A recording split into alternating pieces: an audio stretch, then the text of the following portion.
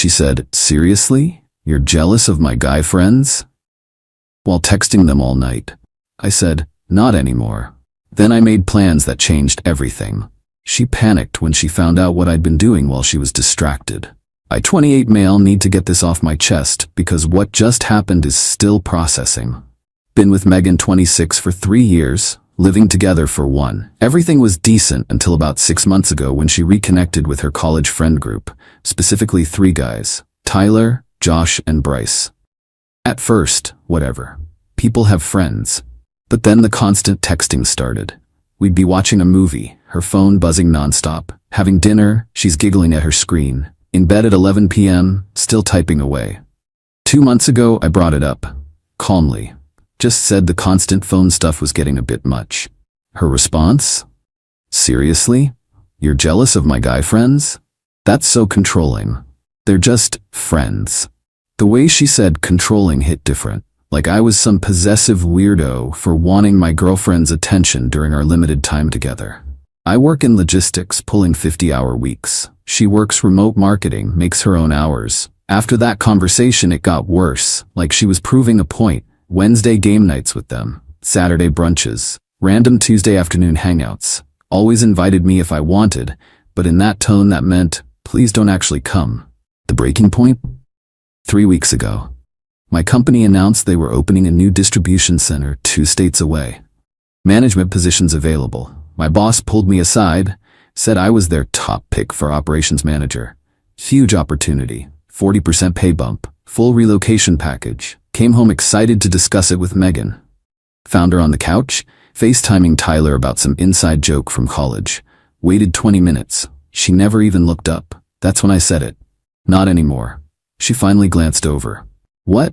You asked if I was jealous of your guy friends?" I said not anymore. She laughed. Actually left. Good. Growth. See? Wasn't that hard? Yeah, growth, that's what we'll call it. I accepted the position that night, didn't mention it. Started making plans, set up apartment viewings for my next days off. Researched the area, got everything lined up. Meanwhile, Megan kept doing her thing. Tyler needed relationship advice, daily. Josh was having work drama, required immediate attention. Bryce was planning a trip, and she was helping research for hours. Our apartment lease was month to month. I gave notice last week. Mover scheduled for this Saturday, still hadn't told her. Yesterday, she was scrolling Instagram and saw my sister Lauren's post. "So proud of my brother. Can't wait to visit you in new state." The look on her face, pure confusion, then panic. What is Lauren talking about? "Oh, I got promoted. Moving for work. Moving. When were you gonna tell me? I tried 3 weeks ago. You were busy." "This is insane. You can't just decide to move. What about us? What about us? You've made it pretty clear where your priorities are." "Because I have friends." "Because you have friends who get 90% of your attention while I get the leftover 10%. And that's being generous." She grabbed her phone, I swear to God, and started texting someone. Mid-argument. That's when I knew I'd made the right choice. "Are you seriously texting right now? I need advice. This is crazy." From Tyler, Josh, Bryce. They understand me. Cool. Maybe one of them has a couch you can crash on. The apartment's in my name. Always has been. I'd already arranged with the landlord. I'm breaking the lease, paying the penalty. She has 30 days to vacate or take over the lease herself. She's currently at her friend Kayla's, blowing up my phone. 73 texts since yesterday. Haven't read them. Too busy packing. Moving truck comes in 72 hours. Update 1. Holy crap, this escalated. Thanks for all the support on my first post. Needed that validation to bah. So Megan came back yesterday afternoon while I was bubble wrapping kitchen stuff. Full waterworks mode. But get this. Tyler was with her, for emotional support. I cannot make this up. She started with the tears and apologies, but Tyler kept interrupting to advocate for her. "Bro, you're overreacting. Megan just has a lot of friends. Cool, not my problem anymore. That's cold, man. 3 years and you're just bouncing?" "Yep. Can we please talk, alone?" "I think I should stay, for safety." Safety. I'm packing dishes, not throwing them. Me, "Tyler, get out of my apartment. It's Megan's apartment too." "No, it's not. Never was. Doors that way." He looked at Megan like, "Are you gonna let him talk to me like that?" She just stood there. He huffed and left, but not before saying he'd be in the car if she needed him. Then came the bargaining. Megan, I'll change. I'll set boundaries. I didn't realize. You didn't realize because you were too busy texting. That's not fair. You never said it was this serious. I literally tried to talk to you about the job 3 weeks ago. How was I supposed to know that was important? Me because I'm your boyfriend trying to have a conversation? We can do long distance. I'll visit. When, between your Wednesday game nights and Saturday brunches, she switched tactics, anger mode activated. You know what? You're right, I do prioritize my friends because they're not insecure and controlling. Okay. That's it? Okay. Yeah, okay. Good luck with the apartment hunt. The best part? While she was yelling, her phone went off. She instinctively looked at it. Mid-rant about how I'm the problem, she checked her phone. I just pointed at it and raised my eyebrows. She stormed out. Tyler was apparently live tweeting the whole thing from the car because mutual friends started hitting me up. Whatever. I blocked numbers and kept packing. Oh, and this morning, Josh showed up. Not to help Megan with apartment stuff. To ask if I was getting rid of my gaming console since I was moving. These are her supportive friends, y'all. Movers come tomorrow. Cannot wait. Update 2. Currently typing this for my new apartment. Moved in 3 days ago. But first let me tell you about moving day drama. Saturday morning, 7 a.m. Movers show up. I'm directing them when Megan arrives with her whole crew. Tyler, Josh, Bryce, and Kayla. She's got a U-Haul. Apparently, the plan was to move her stuff out at the same time, which would be fine except she didn't pack anything. Megan, some of this furniture is mine. What furniture? The coffee table, the bookshelf. That I bought with my money, have receipts for? Tyler, don't be petty. Not your bro, and I'm keeping my stuff. They literally tried to claim half of everything. The TV, gift from my parents, the couch, I bought it before we even met. The kitchen appliances, all mine. Even tried to take my Xbox. Megan uses the Netflix account on it. And? The movers were professional AF, just kept loading what I pointed to. Megan's crew started getting aggressive, trying to block the movers. That's when Bryce made a crucial mistake. Come on, man. She gave you 3 good years. She deserves something. Gave me? Gave me? Even Megan looked embarrassed. Me. She gave me 3 years of being a third wheel in my own relationship. But hey, she's all yours now, boys. Have fun with those game nights. Kayla piped up. You'll regret this when you're alone in new state. I'd rather be alone than ignored. But here's where it gets good. While they were arguing with me, the movers finished loading everything. I did a final walkthrough, dropped the keys with the building manager, who was watching this whole circus, and went to get in the moving truck. That's when Megan played her last card. Megan, wait, I love you. First time she'd said it in 6 months. You know when the last time was? When I surprised her with concert tickets for a band she liked. No, you love the lifestyle I provided. Big difference. Got in the truck and left. In my rearview mirror, I saw her crying while the 3 musketeers tried to comfort her. Felt like a movie scene, NGL. The drive to New State was therapeutic. 8 hours of podcasts and peace. No constant notification sounds. No competing for attention. Just quiet. New apartment is sick. Corner unit, gym in the building, 15-minute commute to work. Already met some neighbors. Normal people who can hold conversations without checking their phones every 30 seconds. Started the new job Monday. Team seems cool. My boss took everyone out for lunch to welcome me.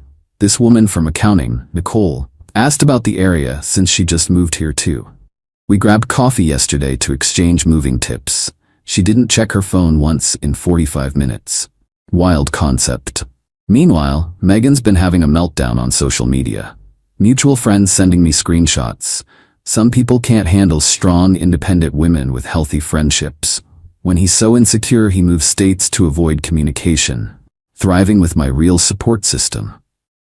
Thriving equals couch surfing at Kayla's because she couldn't afford the apartment alone, and, plot twist, none of the guys offered their places. Shocking. Tyler commented, "You deserve better, queen." But not a spare bedroom apparently. The group chat messages I got before blocking everyone were hilarious. Can you at least help with her deposit? She's struggling, have a heart? You destroyed her confidence?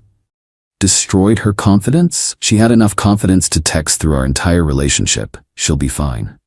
My sister Lauren called last night. Apparently Megan reached out to her trying to get my new address. Lauren told her to kick rocks, in politer terms. Love, my sister. Oh, and the best part?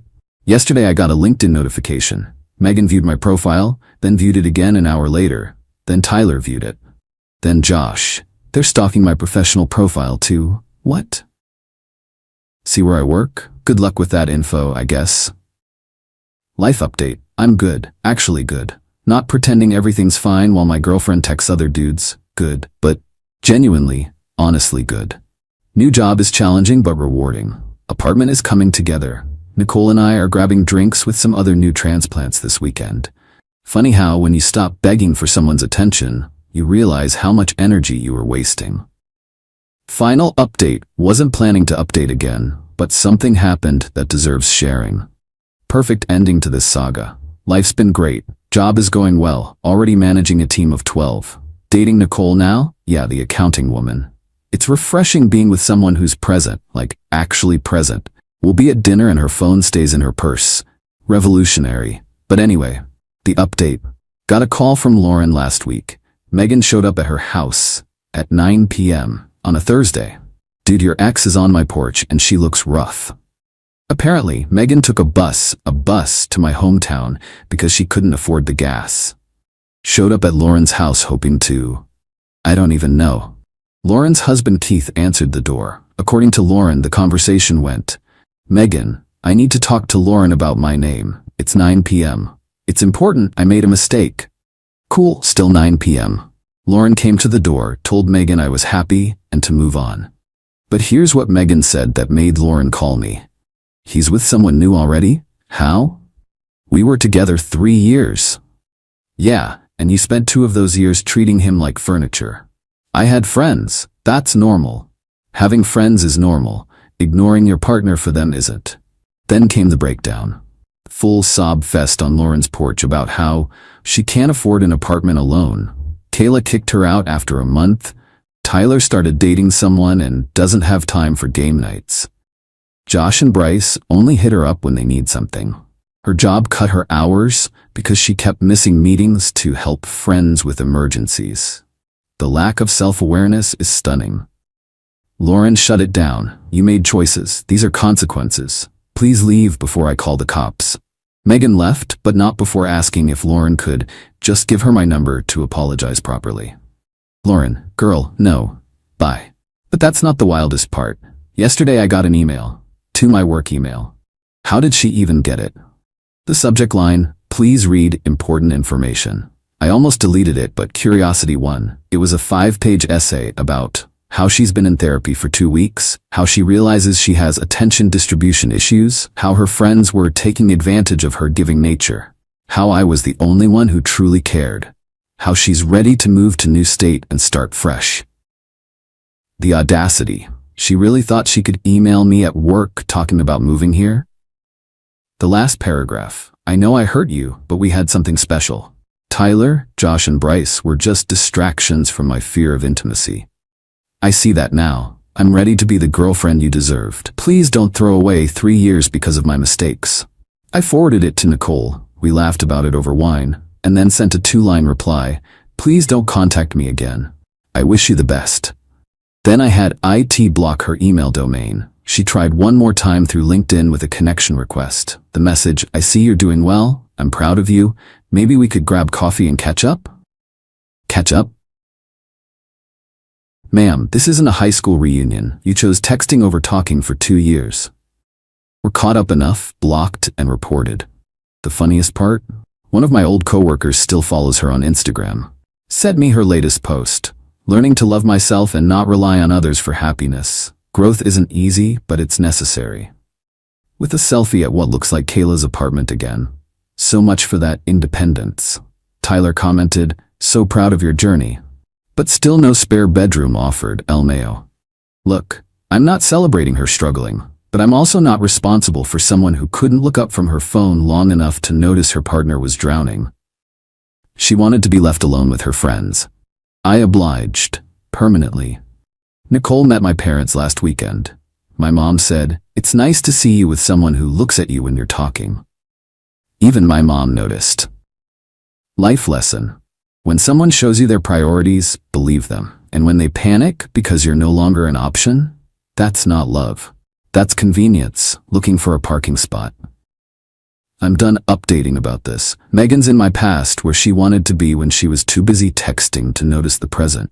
To everyone in similar situations, you deserve someone who chooses you, not as a backup plan, not as a stability provider, but as their actual priority.